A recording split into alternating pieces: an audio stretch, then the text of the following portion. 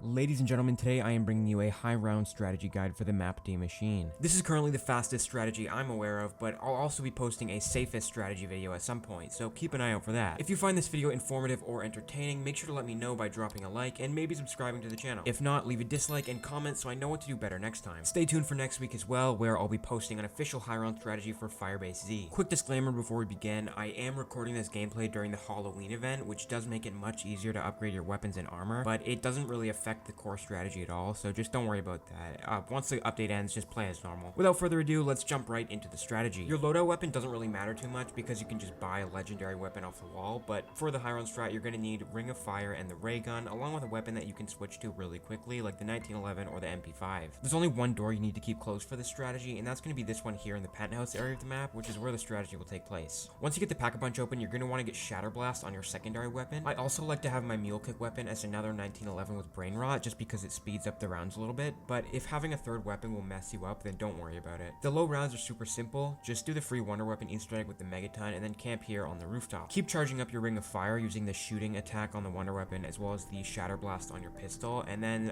just suck up the zombies to refill your ammo while you have the Ring of Fire active. The wonder weapon is super OP in the low rounds ever since they buffed it, so just make sure you get it fully pack-a-punched and you won't have any problems. At round 31, your chances of getting the ray gun out of the box get much higher, so I would recommend waiting until then, and then you can just save a zombie at the end of the round and go spin the box until you get it. In my game, I got it from a pumpkin, but it shouldn't take too long to get it from the box either. It usually only takes me like a couple hits. Once you get into the high 50s, the zombies are going to reach the health cap and they're going to start sprinting super fast, so this is when you're going to start running the actual high round strat. At the beginning of the round, you're going to see a big group of zombies come climbing over this wall here, and you're going to want to wait until they build up a bit and then shoot them with your Shatter Blast. This should fill up your Ring of Fire about halfway or more, and then you can just spam the ray gun at the spawn over to the left to finish filling it up. Once you got your Ring of Fire filled up, you can go ahead and activate your Brain Rot zombie if you see an opportunity, then just pop your Ring of Fire and start blasting away with the ray gun. Every once in a while, you're going to want to turn over to the left to kill the zombies coming out of that spawn. Once your Ring of Fire runs out, fire your Shatter Blast at that wall spawn again, and then pull out your War Machine and use it to fill up your Ring of Fire the rest of the way. It should happen super quickly. Also, if you have PhD, you don't have to worry about splash damage at all, so you can kind of just spam it if you need to. Rinse and repeat this process until the end of the round, at which point you can head down to the crafting table to buy a new War Machine if you need one. One very important tip I'd like to give you guys is that you do not have to worry about reloading your Shatter Blast or Brain Rot weapon if you have it. If you have Mule Kick fully upgraded, the weapon will automatically reload itself as long as you're not holding it in your hands. Like if you have the weapon holstered, it'll reload automatically. Trying to reload it during the middle of the round is just going to get you killed, so just let Mule Kick do its job.